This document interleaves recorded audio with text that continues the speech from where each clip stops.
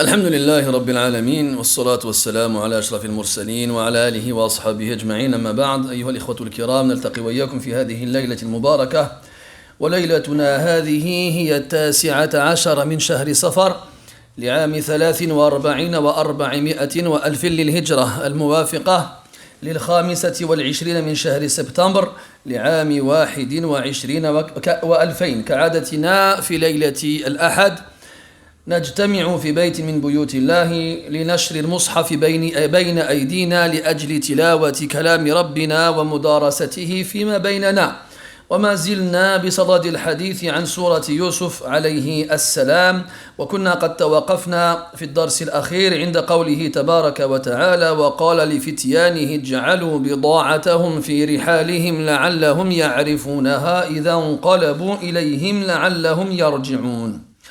Mes très chers frères, nous nous réunissons dans cette 19e nuit du mois de Safar de l'an 1443, c'est-à-dire le 25 septembre 2021. Comme chaque samedi soir, nous nous réunissons afin d'ouvrir le Coran et de lire ensemble la parole d'Allah subhanahu wa ta'ala et de l'étudier entre nous. Nous sommes toujours dans l'étude du chapitre coranique qui nous raconte l'histoire du prophète Yusuf alayhi salam et nous nous sommes arrêtés lors du dernier cours au 62e verset. Donc on récapitule, nous l'akhisu سريعا وذكرنا أن إخوة يوسف رجعوا إلى أبيهم واستأذنوه في أن يأخذوا معهم أخاهم الصغير كي يزدادوا كيل بعير أو لم نصل بعد إلى هذا الأمر فهم في محاولة إقناعهم أباهم أو محاولتهم إقناع أبيهم لإرسال أخيهم الصغير معهم. Donc on récapitule brièvement, rapidement. Vous vous souvenez que les frères de Yusuf alayhi salam sont venus, ils ont obtenu des denrées alimentaires en échange de leurs marchandises, puis ils ont reçu l'ordre de Yusuf alayhi salam de revenir avec leur jeune frère. Et lorsque les frères de Yusuf alayhi salam sont revenus chez eux, non, on n'a pas encore parlé de ça. On n'est pas encore arrivé là, c'est moi qui me vais trop vite. En fait, on s'était arrêté à Yusuf alayhi salam qui demandait à ses domestiques, à ses serviteurs, de remettre discrètement dans les affaires de ses frères les marchandises qu'ils avaient échangées contre de la nourriture. On avait expliqué pour quelles raisons Yusuf alayhi salam avait fait cela.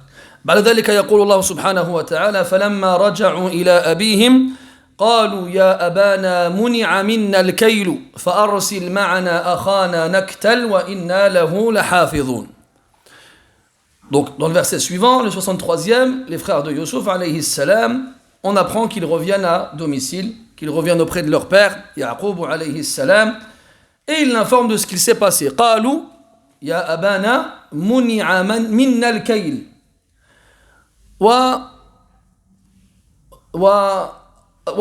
واستخدموا الفعل منع في الماضي إشارة إلى حتمية الأمر مع أن يوسف عليه السلام لم يمنعهم من الكيل إلا في حالة عدم رجوعهم مع أخيهم الصغير لكنهم عبروا عن ذلك بالفعل الماضي كأن الأمر قد وقع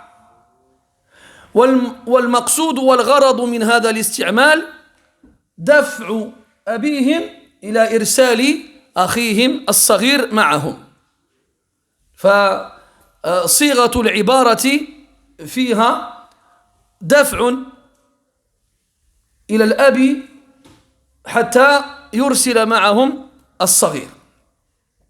On remarque de quelle façon les frères de Yusuf ont exprimé ce qu'il s'est passé. Ils ont dit Ya abana muni'a minna al-kayl.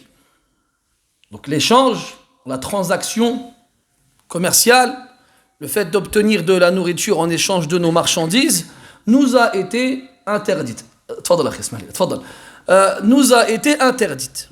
Et ici, le verbe est conjugué à la voix passive, et est conjuguée au passé, à la voix passive et au passé, pour indiquer qu'il est inutile d'expliquer à leur père qui leur a interdit cela, car ce n'est pas une information nécessaire. Et ça te fait comprendre que l'emploi de la voix passive n'est pas seulement dans le cas où on ignore qui est le sujet. Et la seconde, c'est l'emploi du verbe au passé. Et l'emploi du verbe au passé a pour but de montrer que la décision a été prise. Ça y est, c'est fait. On nous a empêchés et interdit de revenir.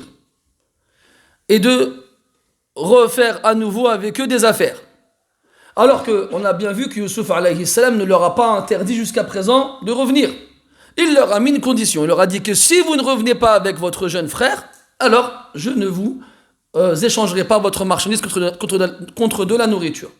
Donc ici, l'emploi de ce verbe sous cette forme a pour but de pousser le père à accepter d'envoyer avec eux leur jeune frère. Donc dès le départ, ils tentent de mettre tous les moyens de leur côté pour que le père finisse par accepter. قالوا يا أبانا منع منا الكيل ومثل هذا موجود في القرآن في عدة مواضع يعني إطلاق الفعل الماضي للدلالة على الحتمية ومن ذلك قوله تبارك وتعالى أتى أمر الله فلا تستعجلوه وإن كان الفعل ماضيا فمعناه المستقبل يدل على ذلك بقية الآية فلا تستعجلوه لو كان أمر الله قد أتى فكيف يعجل وقد أتى والمقصود سيأتي لكن لما كان إتيانه حتميا أطلق عليه الفعل الماضي. Et dans ce genre d'expression, on le retrouve dans le Coran. C'est-à-dire qu'on a le verbe qui est conjugué au passé pour indiquer que la chose, elle est irrévocable, qu'elle ne peut pas arriver autrement. Comme dans le verset où Allah Ta'ala dit, le premier verset de Surat An-Nahl, Ata amrullah. Donc si on traduisait littéralement, on dirait l'ordre d'Allah est arrivé. Ça y est, il est arrivé. Puis après, il dit, subhanahu wa ta'ala, fala tasta'jiluh. Ne le précipitez pas. Comment ne pas précipiter une chose qui est déjà là? Ce n'est pas possible. On précipite une chose qui n'est pas encore là. Donc en fait, ici, le verbe est conjugué au passé pour indiquer que l'ordre d'Allah va arriver obligatoirement, irrévocablement, et qu'il n'y a aucun moyen d'empêcher son arrivée. Donc c'est comme si c'était déjà fait, tout ça pour montrer qu'il va arriver obligatoirement. Et là, de la même façon, muni'a minna al-kayl. Muni'a minna al-kayl, on ne peut plus échanger avec eux de nourriture. Comme si c'était fini. Si on revient sur notre frère. ولذلك جاء بعد هذا الكلام فأرسل معنا أخانا للدلالة على أن شرط رفع المنع إرسال الأخ. جزاك الله خير. إرسال الأخ. ولولا ذلك لا يستطيعون الحصول على الكيل مرة أخرى.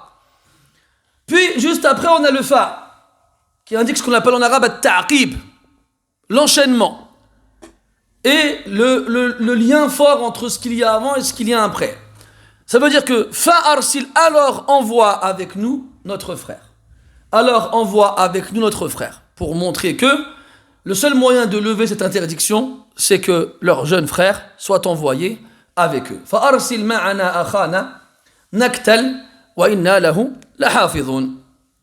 نكتل أي نحصل على حمل بعير آخر حيث تقرر سابقا أن يوسف عليه السلام كان يعطي لكل رجل كيل بعير فكلما زاد عدد الأبعرة زادت الأحمال فإن استطاعوا أن يرجعوا إليه بأخيهم ومعه بعيره أضافوا إلى متاعهم متاعا آخر. فارسل معنا أخانا نكتل. Donc envoie avec nous notre frère afin qu'on puisse envoyer qu'on puisse échanger de la nourriture et revenir avec des provisions, car on l'a vu précédemment que Yusuf alayhi salam donnait à chaque personne des provisions pour sa monture. Donc plus il y a de montures dans le groupe, plus il y aura de provisions. Et s'il ramène avec eux le petit frère, qui aura sa monture, sa propre monture, alors ils pourront rajouter d'autres provisions. وفي قوله تعالى نكتل قراءتان نكتل بنون الجماعة ويكتل بياء الغائب فإذا كان بنون الجماعة فالضمير عائد إلى الإخوة والمتكلمين وإذا كان بياء الغائب فالضمير عائد إلى الأخ الصغير. Et dans Naktal, il y a deux lectures. Naktal avec le nun du nous, la première personne du pluriel. Nous allons donc pouvoir obtenir de la nourriture en échange de notre marchandise. Et il y a aussi Yaktal, dans une autre lecture, avec le pronom de l'absent. Il va pouvoir obtenir de la nourriture en échange de sa marchandise. Et quand c'est donc le pronom du pluriel, ça revient aux frères, ceux qui parlent avec leur père pour le convaincre d'envoyer avec eux le frère. Quand c'est le pronom du singulier, l'absent, eh bien ça fait référence au petit frère. Puis ils finissent en disant, toujours en essayant de convaincre le père, وَإِنَّا لَهُ لَحَافِظُونَ هَكَذَا قَالُوا فِي شَأْنِ يُوسُفَ مِنْ قَبْلِ وَإِنَّا أَرْسِلْهُ مَعَنَا غَدًا يَرْتَعْ وَيَلْعَبْ وَإِنَّا لَهُ لَحَافِظُونَ هكذا قالوا علموا أنهم بعدما رجعوا إلى أبيهم وقد زعموا أن يوسف قد أكله الذئب علموا بذلك أنهم قد فقدوا ثقة أبيهم وعلموا أن إقناعه بإرسال أخيهم الأخير معهم من الصعوبة بمكان فلذلك جعلوا في كلامهم كل الحجج الممكنة لأجل إقناعه لكن لما قالوا إنا له لحافظون ذكروا أباهم بأمر مؤلم وهو فقدان يوسف قبل سنين. Puis ils finissent en disant وإنا له لحافظون. Donc ils essayent de mettre tous les arguments possibles dans cette tentative de convaincre leur père d'envoyer avec eux leur frère, en finissant et en disant « Et certes, nous allons le protéger. Et certes, nous allons le surveiller. Nous allons faire en sorte qu'il ne lui arrive aucun mal. » Et cette phrase-là, ils l'ont déjà dite auparavant, lorsqu'ils ont justement tenté de convaincre leur père la première fois d'envoyer avec eux Youssouf alayhi salam. Ils lui ont dit au début wa inna lahu lanasihun, puis ils ont dit wa inna lahu lahafidhun. Alors leur père a fini par leur faire confiance et il a envoyé avec eux Youssouf alayhi salam. Puis comme vous connaissez l'histoire, ils sont revenus le soir en prétendant que leur frère avait été dévoré par le loup. Ce jour-là, ils ont perdu la confiance de leur père et ils le savent très bien. C'est pour ça qu'ils argumentent autant, qu'ils mettent autant de poids dans leurs paroles, en espérant le convaincre, en espérant convaincre son père. Le problème, c'est qu'ils ont fini leur phrase avec une chose qui a rappelé des mauvais souvenirs à leur père. Wa inna lahu lahafidhun. فقال يعقوب عليه السلام قال هل آمنكم عليه إلا كما أمنتكم على أخيه من قبل فالله خير حافظا وفي قراءة خير حفظا وهو أرحم الراحمين. قال يعقوب عليه السلام لأبنائه هل آمنكم عليه هل أجعلكم في أمن على أخيكم بعد ما حصل من أمر أخيكم الأخير وأنتم تزعمون أنكم له حافظون. فهو يشير إلى هذا الكلام أنه لا يمتنع بالكلية على إرسال أخيهم الصغير معهم، لكن لم يزل في نفسه شيء يمنعه عن ذلك. فلذلك قال بعد ذلك: فالله خير حافظا، أي الله أحسن حفظا منكم لأخيكم مما تزعمونه.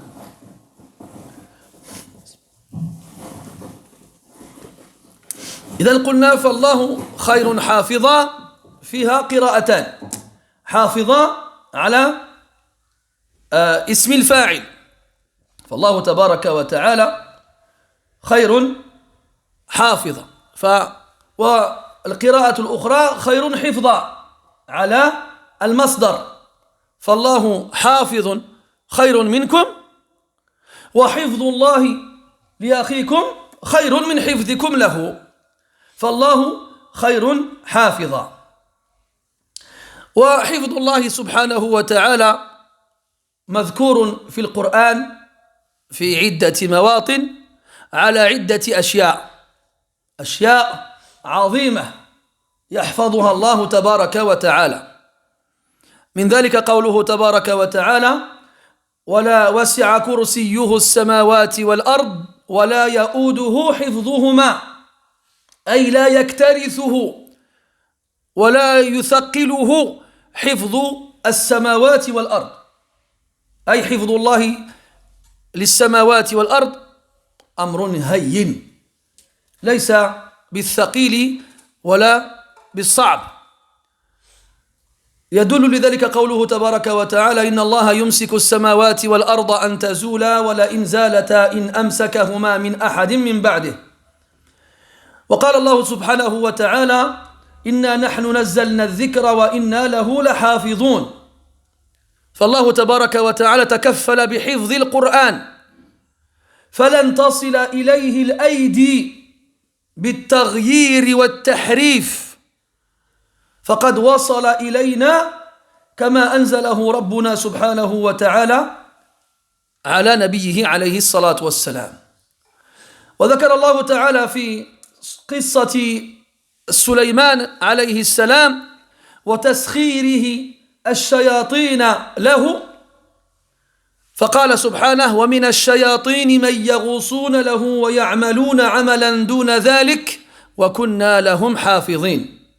فالله تعالى حفظ سليمان من شرور الشياطين، وألزمهم وأجبرهم وأوجب عليهم طاعتهم له، السماوات والأرض والقرآن والشياطين إلى غير ذلك من الآيات الدالة على حفظ الله سبحانه وتعالى. فالله خير حافظا والله خير حفظا وهو أرحم الراحمين. وفي آخر هذه الآية إخبار من الله سبحانه وتعالى أن رحمته فوق رحمة أي راحم، فرحمته وسعت كل شيء. وفيها إخبار أيضا أن الرحمة صفة موجودة في الخلق، وقد أخبر الله سبحانه وتعالى عن رسوله عليه الصلاة والسلام أنه بالمؤمنين رؤوف رحيم. وأمر الله سبحانه وتعالى عباده بخفض جناح الذل من الرحمة لآبائهم وأمهاتهم، وأخبر النبي صلى الله عليه وسلم أن الراحمين يرحمهم الرحمن. فالرحمة صفة موجودة في الخلق، ورحمة الله تبارك وتعالى وسعت كل شيء، فهو أرحم الراحمين سبحانه وتعالى. وقال يعقوب ذلك لأنه كبرت سنه وضعفت عظمه، والله تبارك وتعالى أرحم بالشيوخ والأطفال. ولذلك جاء في كتب الفقه في باب صلاة الاستسقاء أن الإمام إذا خرج إلى المصلى لأداء هذه الصلاة جعل في مقدمة الناس الشيوخ والصبيان لأجل استجلاب رحمة الله سبحانه وتعالى والله عز وجل يرحم من يشاء من عباده. Puis Yaqub alayhi salam, il leur répond, il leur dit هل آمنكم عليه إلا كما أمنتكم على أخيه من قبل. On a déjà vu ensemble que hal, à la base, c'est un pronom interrogatif. On traduirait en français par est-ce que. Cependant, en arabe, lorsque hal est suivi de illa, il donne à la phrase un sens négatif. Donc soit on dira que hal a le sens de ma et indique la négation, ou soit on dira que c'est ce qu'on appelle un istifham inkari, c'est-à-dire une interrogation dont le but est d'exprimer la négation. Vais-je, est-ce que je vais vous le confier? Aminukum amanukum alayh.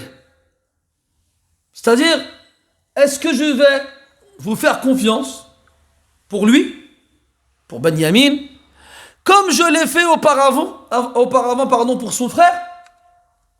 Et comme on l'a dit tout à l'heure, si on exprimait la phrase négativement, c'est-à-dire que je ne vais pas le faire en fait. Je ne vais pas le faire. Mais Yaqub alayhi salam, ici, il n'exprime pas une négation complète et directe. Il laisse comprendre qu'il n'est pas pour, mais que son refus n'est pas total.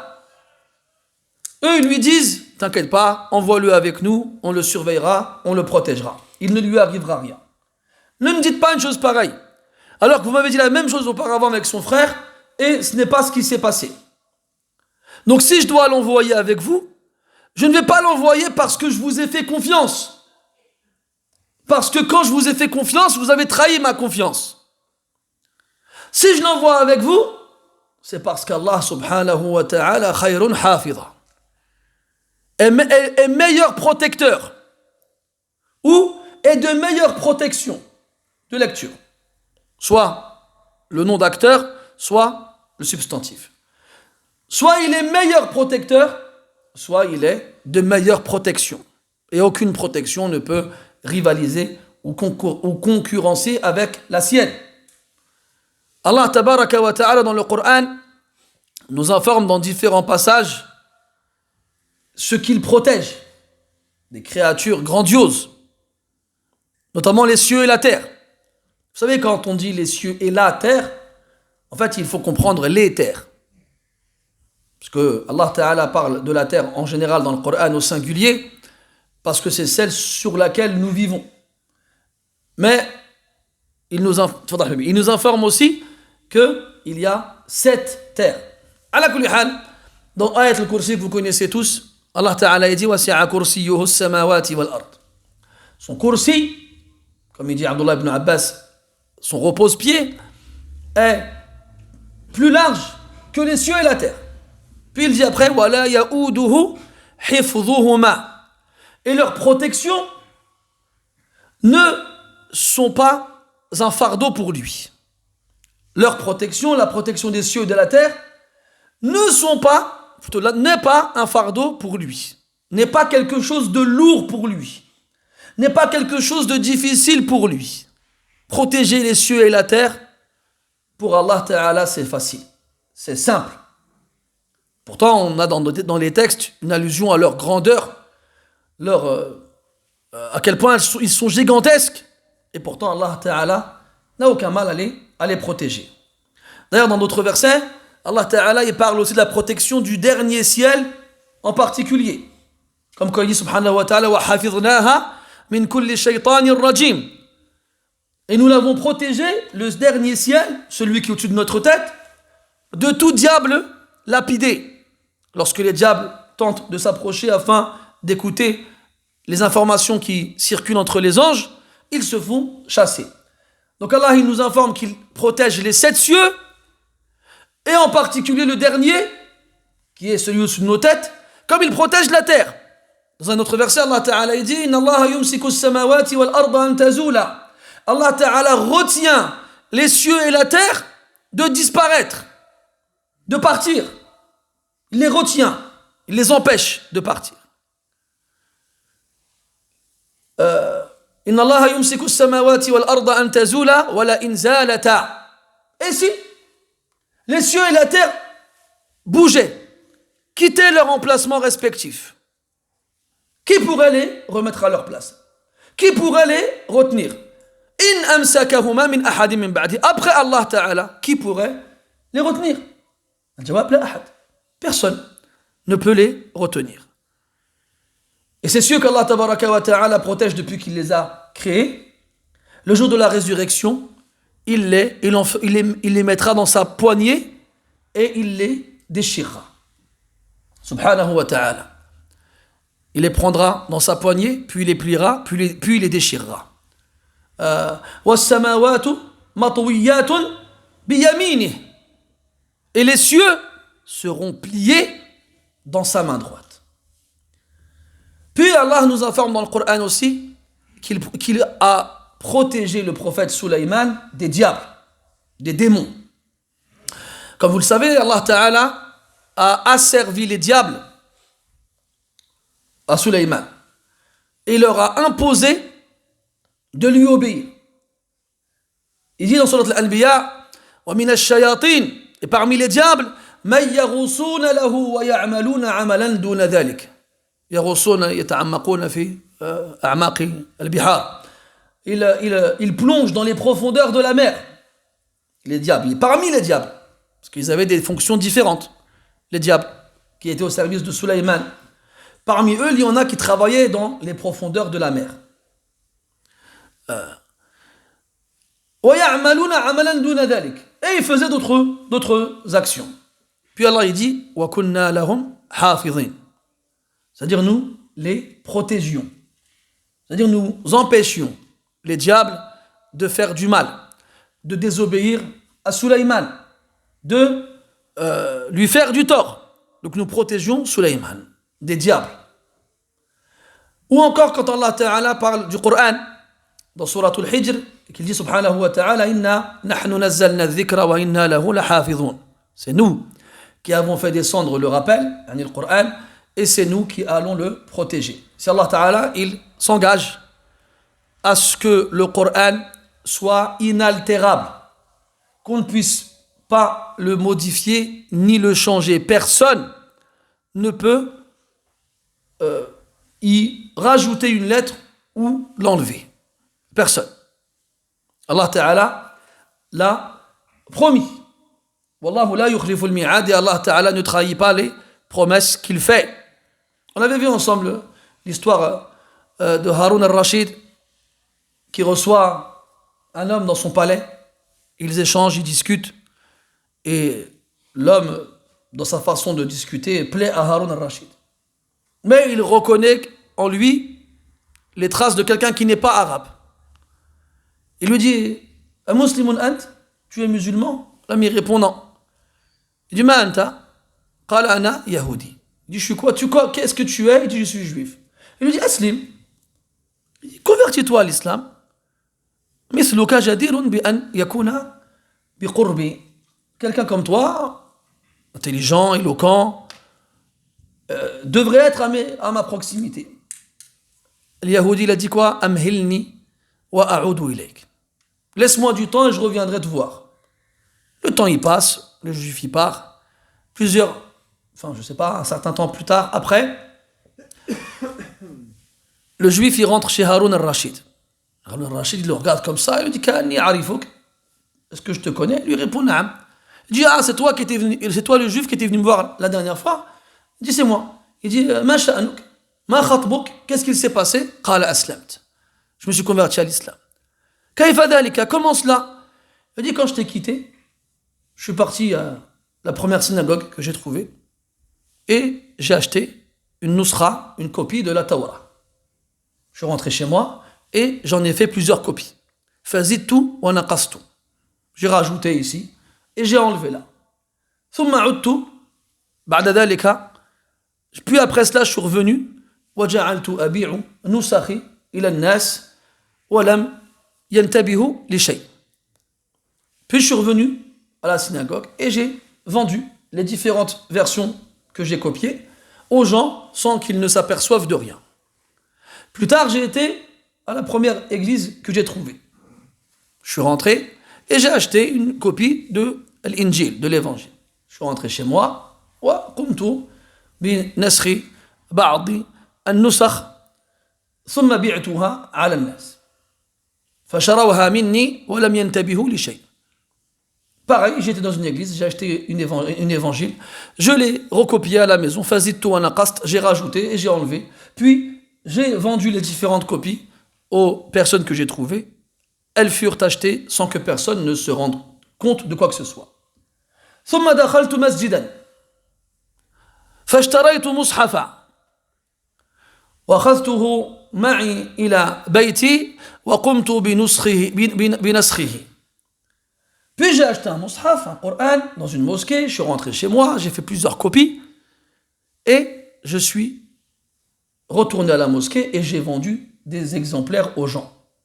فما من إنسان أخذ مني نسخة ففتحها إلا وجد فيها زيادتي ونقصاني ورماني بها وكاد أن يقتلني فعلمت أن هذا الكتاب محفوظ من قبل الله سبحانه وتعالى. Il a dit, il n'y a pas une personne qui a eu un mushaf en main, que j'ai copié moi-même, sans qu'il ne remarque d'emblée les rajouts et ce qui a été enlevé. Alors il me l'a jeté dessus et presque il voulait me tuer. Et j'ai compris que ce livre-là n'était pas le livre d'un humain, mais c'était le livre d'Allah Ta'ala, car il est protégé. Et c'est ainsi qu'il est rentré dans l'islam. Allah Ta'ala dit لا يأتيه الباطل من بين يديه ولا من خلفه تنزيل من حكيم حميد. Ce Coran, le batil ne peut pas le toucher, ni devant ni derrière. C'est une révélation qui provient du sage et du digne de louange. Ala kulli hal, Allah Ta'ala, s'il protège les meilleures des choses et que ces choses-là ne craignent rien parce qu'elles sont sous sa protection, فإذا الأمر كما قال فالله خير حافظا والله خير حفظا. Allah Ta'ala est le meilleur protecteur et Allah est la meilleure protection. Et là, tu vois comment est ta confiance en Allah Ta'ala quand tu prétends croire qu'il te protège ou qu'il protège tes biens ou qu'il protège tes proches ou qu'il protège des choses qui ont de la valeur pour toi. بقدر ثقتك بحفظه يكون الحفظ. Donc en fonction de la foi que tu as en la protection d'Allah subhanahu wa ta'ala, alors tu auras le droit à cette protection-là. On est toujours en train de dire Allah yahfazak comme ça, kalimatun tuqalu ala taraf al-lisani. On est toujours en train de dire en longueur de journée les uns aux autres, Allah yahfazak, Allah te protège, Allah te protège. Mais c'est devenu malheureusement une expression pour faire plaisir aux autres, sans qu'on ne pense vraiment au sens. Ça, c'est un gros problème. Quand on dit des choses machinalement, mécaniquement, sans réfléchir au sens. Puis après, on va dire, oui mais moi j'ai fait dua. Pourquoi Allah ne m'a pas hafad? Parce que tu ne l'as pas, lam tad'uhu min qalbik. Tu ne l'as pas invoqué de ton cœur. Wa innama da'awtahu bilisanik. Tu ne l'as invoqué qu'avec ta langue. وجاء في الحديث وإن كان فيه ضعف ادعوا الله وأنتم موقنون بالإجابة فإن الله لا يستجيب لقلب لاهٍ.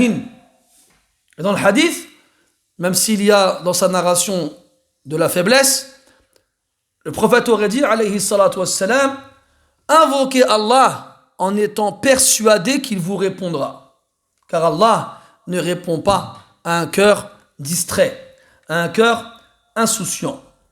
وجاء في الخبر الحديث الصحيح عن ابن عباس رضي الله عنهما أن النبي صلى الله عليه وسلم قال له احفظ الله يحفظك فإذا علمت أن الله تعالى لا يثقله ولا يؤوده حفظ السماوات والأرض وأن الشياطين مع قوتهم وقدرتهم الخارقة لا يعجزون الله تعالى في شيء وأن أيدي العابثين المحرفين لن تصل إلى هذا القرآن أبد الآبدين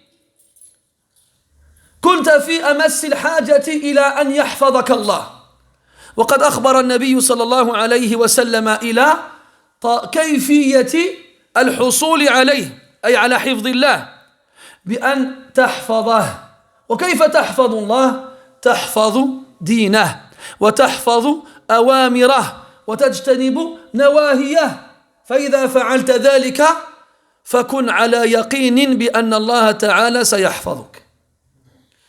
Et on connaît tous le hadith de Abdullah ibn Abbas radiyallahu anhuma où le prophète alayhi salatu wassalam lui dit ihfazillah. Si on traduisait littéralement, protège Allah. Allah, il n'a pas besoin qu'on le protège. Allah te protégera. C'est-à-dire, protège la religion d'Allah. Protège les ordres d'Allah. Allah te protégera. Toi, tu sais que la protection des cieux et de la terre n'est en rien une difficulté pour Allah. Tu sais que les diables les plus puissants, avec cette force inhabituelle, ne peuvent en rien résister à Allah subhanahu wa ta'ala. Quand tu sais qu'Allah ta'ala, il a protégé le Coran de façon à ce que jamais personne ne puisse le changer, alors tu te dis, j'ai besoin qu'Allah me protège moi aussi. Si Allah me protège, je n'aurai rien à craindre. Mais comment faire pour qu'Allah nous protège? Que faire? Le prophète nous l'a dit, alayhi salatu wassalam. Il a dit à Abdullah ibn Abbas, yahfazillah, yahfazk. Protège donc la religion d'Allah subhanahu wa ta'ala et Allah te protégera. فَأَيْنَ أَنْتَ مِنْ حِفْظِ دِينِ اللَّهِ سُبْحَانَهُ وَتَعَالَى. Où est-ce qu'on est, nous, par rapport à la protection de la religion d'Allah Azza wa Jal? Qu'est-ce qu'on fait? Que ce soit à notre échelle, nous, en tant qu'individus, ou autour de nous. Qu'est-ce qu'on fait, nous, pour que la religion d'Allah soit préservée? ونظير هذا قوله تبارك وتعالى إن تنصروا الله ينصركم ويثبت أقدامكم. Et dans le même sens, le verset où Allah Ta'ala dit, si vous secourez Allah, il vous secourra. Bien sûr, pareil, comme Allah n'a pas besoin qu'on le protège, Allah n'a pas besoin qu'on le secourt. Donc ici, en fait, si vous secourez sa religion, Allah viendra à votre secours. وكما تقرر عند أهل العلم الجزاء من جنس العمل. Et comme cela a été accepté par les savants comme une règle, la rétribution sera de même nature que l'action. Tu protèges la religion d'Allah, Allah il te protège. Tu secours la religion d'Allah, Allah il te secourt. وكذلك من الوسائل التي بها يستجلب المرء حفظ الله تبارك وتعالى احترامه لملائكة الله سبحانه وتعالى. Parmi les moyens aussi qui permettent d'attirer vers soi la protection d'Allah Azza wa Jal, le fait de respecter les anges. Comment je vais respecter les anges? Moi, je ne les vois même pas. Ça, tu ne les vois pas. Mais on nous a informé dans le Coran et la Sunna de certaines choses que les anges aiment ou détestent. Alors toi, tu dois t'efforcer de faire ce que les anges aiment et délaisser ce que les anges détestent. Ainsi, tu obtiendras la protection. Allah dit dans le Coran, lahu mu'aqqibatun min bayni yadayhi wa min khalfihi yahfazunahu min amrillah. له معقبات أي ملائكة تتعاقب على الإنسان تدور وتطير حوله وإذا فارقه بعضهم جاء بدله غيره. Allah dit dans le verset subhanahu wa ta'ala, il a des suppléants, des remplaçants qui se succèdent devant lui et derrière lui. له معقبات من بين يديه ومن خلفه يحفظونه من أمر الله, qui le protège par ordre d'Allah subhanahu wa ta'ala. Et Allah tabaraka wa ta'ala, il envoie à l'homme, aux croyants, des anges qui se succèdent, qui restent avec lui, qui tournent autour de lui, qui volent autour de lui pour le protéger. Et lorsque certains d'entre eux doivent partir, automatiquement, ils sont remplacés par d'autres. Ça, mu'aqibat. Ils sont remplacés par d'autres. Si tu veux donc obtenir cette protection d'Allah Ta'ala par le biais de ces anges, alors fais en sorte que les anges autour de toi soient respectés. قال هل آمنكم عليه إلا كما أمنتكم على أخيه من قبل نعم فالله خير حافظا خير حفظا وهو أرحم الراحمين. Et il est le plus miséricordieux des miséricordieux. Donc ici, Allah nous informe déjà qu'il a comme attribut la miséricorde. Ar-Rahma. Wa min asma'ihi Ar-Rahman War-Rahim. Et parmi ces noms, Ar-Rahman, Dhu Rahmati al-Wasi'ah, War-Rahim, Dhu Rahmati al-Wasilah. C'est-à-dire celui qui détient la miséricorde large, immense, comme Allah dit dans le Coran, Wa rahmati wasi'at kulla shay. Et ma miséricorde embrasse toute chose. Wa qalat al-malaika rabbana wasi'ata kulla shay'in rahmatan wa ilma. Et dans le verset, Allah nous informe des paroles des anges lorsqu'ils disent ô notre Seigneur, tu embrasses toute chose en science et en miséricorde. Et Ar-Rahim dhu rahmati al-wasilah. أي يوصل رحمته إلى من يشاء من عباده. C'est-à-dire celui qui détient la miséricorde qui arrive chez qui il veut. C'est-à-dire il l'a fait parvenir à qui il veut parmi ses serviteurs. Comme il dit subhanahu wa ta'ala, على لسان خليله إبراهيم عليه السلام, يعذب من يشاء ويرحم من يشاء وإليه تقلبون. Il châtie qui il veut. Et il fait miséricorde à qui il veut, et c'est vers lui que vous reviendrez. Et ici, Allah nous informe aussi qu'il y a d'autres qui ont la rahma. Il a dit Ar-Rahimin, les miséricordieux. Et bien entendu, il y a une différence entre Ar-Rahim, Ismul Fa'il, celui qui fait miséricorde, qui a en lui de la miséricorde, mais de façon basique, de façon classique, normale. Et Ar-Rahim, ala wazni, ala sirati al-mubalagha. Donc les deux formes sont différentes. Fa'il et Fa'il. Rahim et Rahim. Alim et Alim. Sami' et Sami'. Wa ala hadha faqis. Il y a une différence entre les deux formes. Ismul Fa'il, c'est celui qui fait l'action. Celui qui fait miséricorde, il est Rahim. Mais celui dont la miséricorde est en lui un attribut indissociable et absolu, alors il est Rahim. Il y a une mubalagha, une exagération dans sa façon de faire miséricorde. Car Allah Ta'ala fait beaucoup miséricorde à beaucoup de créatures. Quand toi tu vas le faire une fois à une personne ou à une créature. Et pourtant, il a décrit le prophète alayhi salatu wassalam dans le Coran comme étant Rahim. En disant alayhi subhanahu wa ta'ala, en parlant du prophète alayhi salatu wassalam, bil mu'minin ra'ufur rahim, envers les croyants, compatissant et miséricordieux. Car le prophète alayhi salatu wassalam était une rahma, était une miséricorde. Comme Allah le dit dans l'autre verset, wa ma arsalnaka illa rahmatan lil alamin. Nous ne t'avons envoyé que comme miséricorde pour les créatures.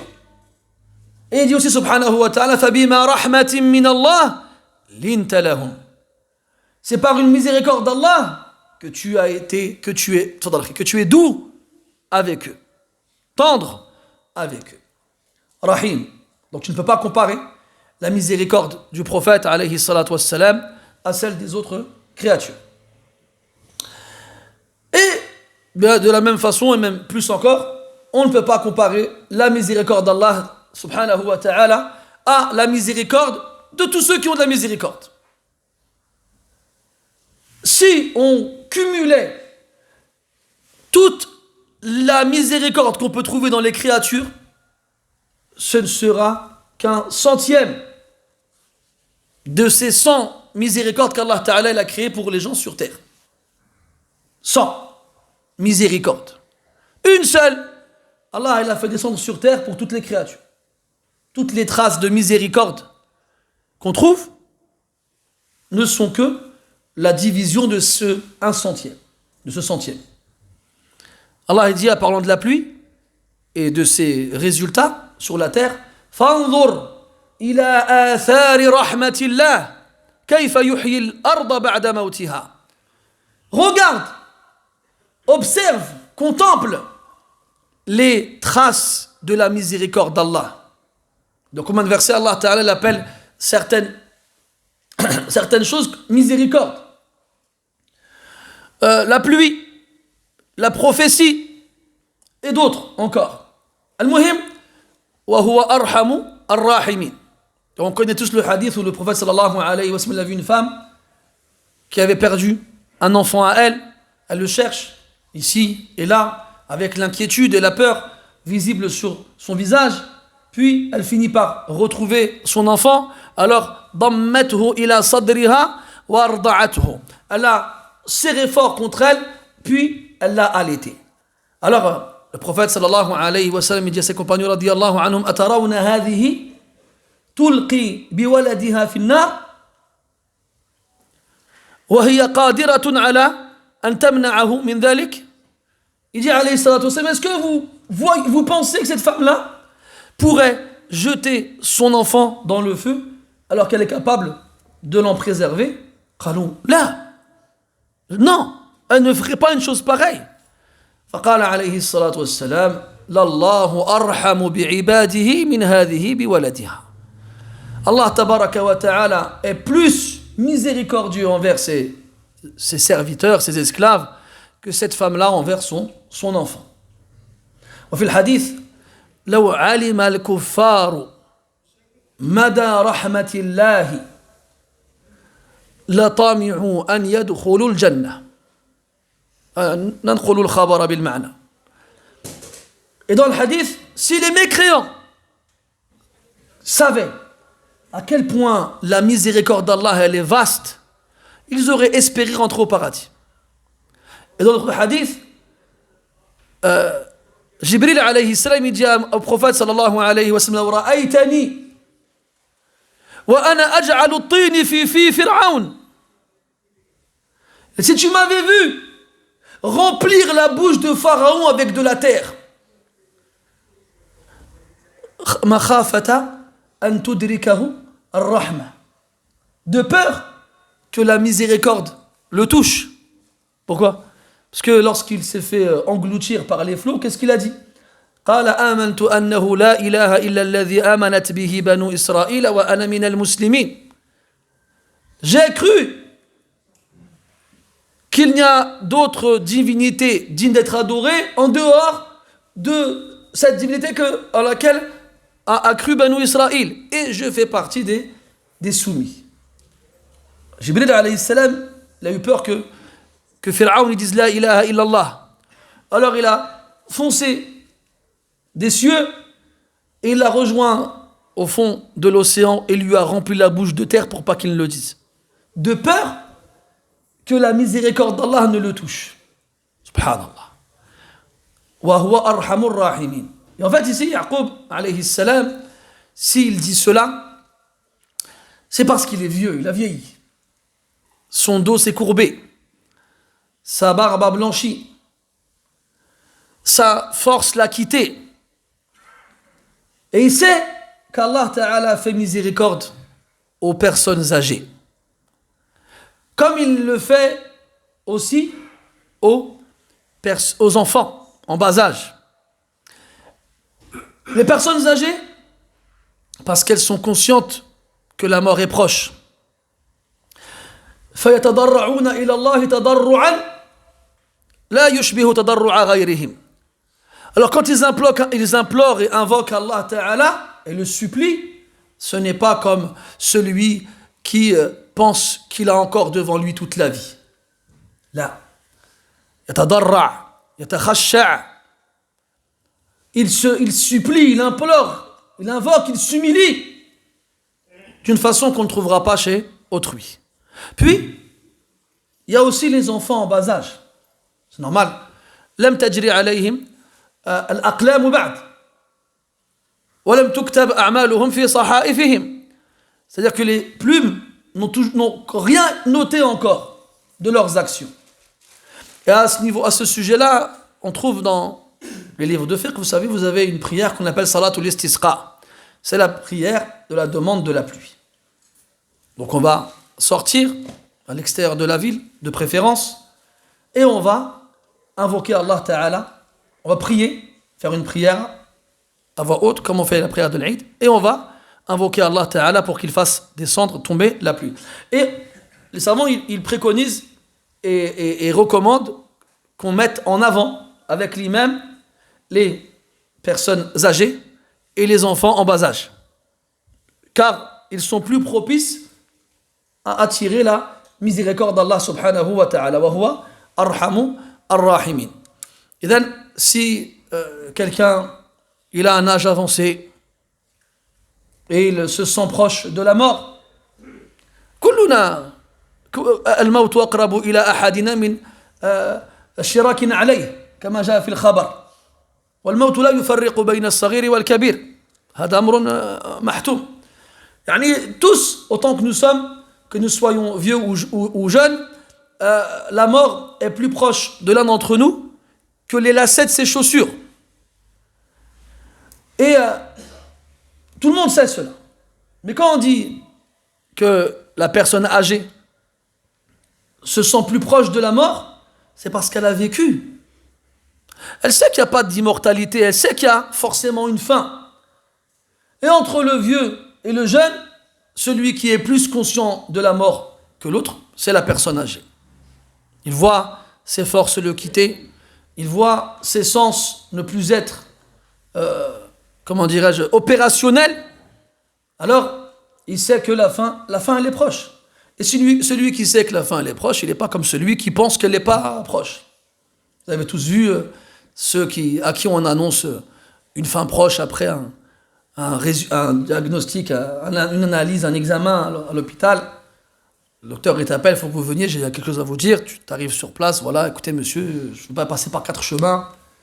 Vous avez un cancer généralisé, vous ne dépasserez pas 6 mois. La personne qui reçoit ce verdict en pleine face, ça y est, sa vie elle s'écroule. Mais en vrai, toi t'es croyant. Est-ce que tu penses que le docteur, en te disant cela, il a changé la date de ta mort? Là. فَإِذَا جَاءَ أَجَلُهُمْ لَا يَسْتَأْخِرُونَ سَاعَةً وَلَا يَسْتَقْدِمُونَ. Lorsque leur échéance arrive, ni ils peuvent l'avancer, ni ils peuvent la reculer. Ce ne sont que des asbab, des causes. Tout simplement. Ce ne sont que des causes. Donc quand lui il te dit tu vas mourir dans 6 mois, déjà c'est pas entre ses mains.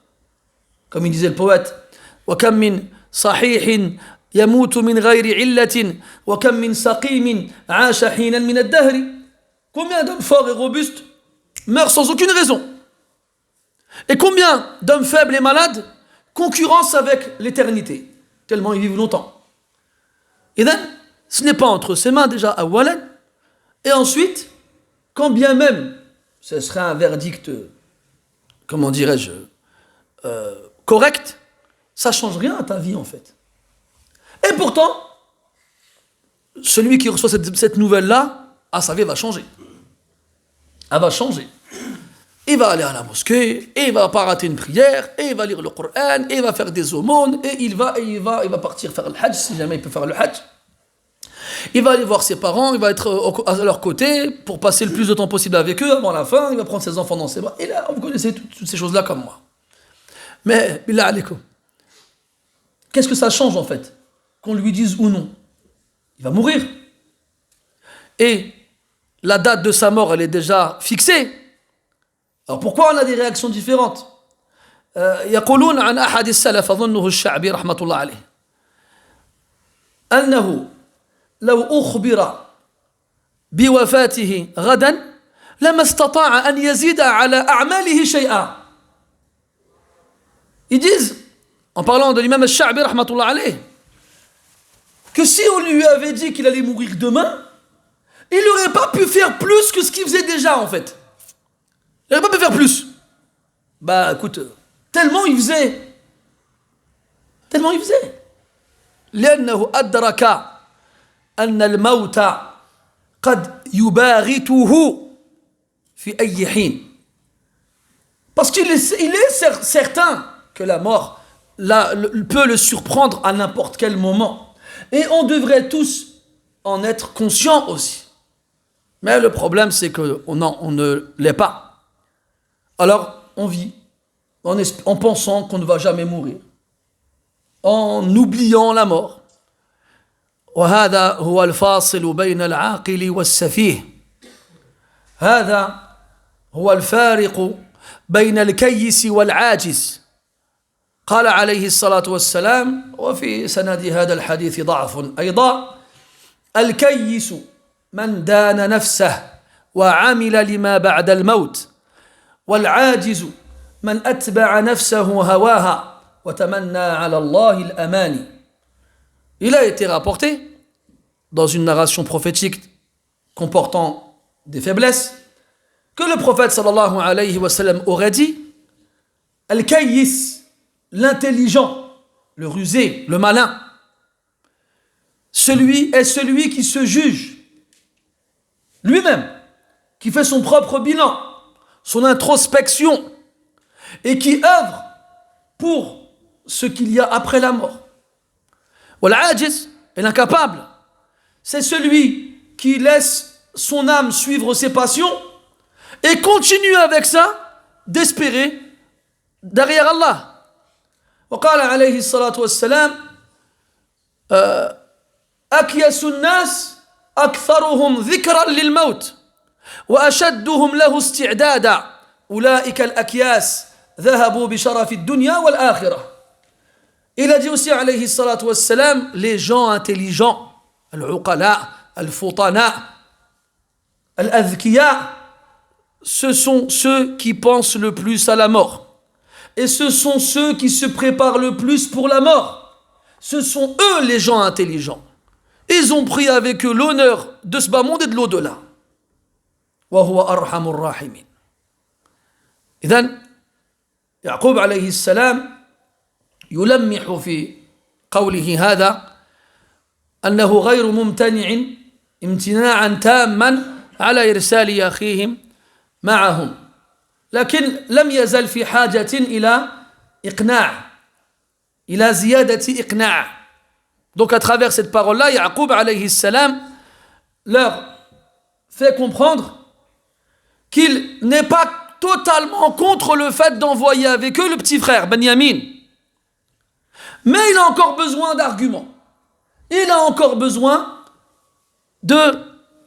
qu'on arrive à le convaincre de l'envoyer avec eux. Et on verra après que la raison pour laquelle Ya'qub va finir par céder, c'est pas qu'il a fini par leur faire confiance, mais c'est la pauvreté, le besoin, al-haja, al-faqa, al-maja'a. N'oublions pas que nous sommes en période de famine. Walil hadith baqiyya nu'ajjiluha إلى الدرس المقبل إن قدر الله البقاء واللقاء. سبحانك اللهم وبحمدك أشهد أن لا إله إلا أنت أستغفرك وأتوب إليك وصلى الله على نبينا محمد وعلى آله وأصحابه أجمعين والحمد لله رب العالمين وبارك الله فيكم.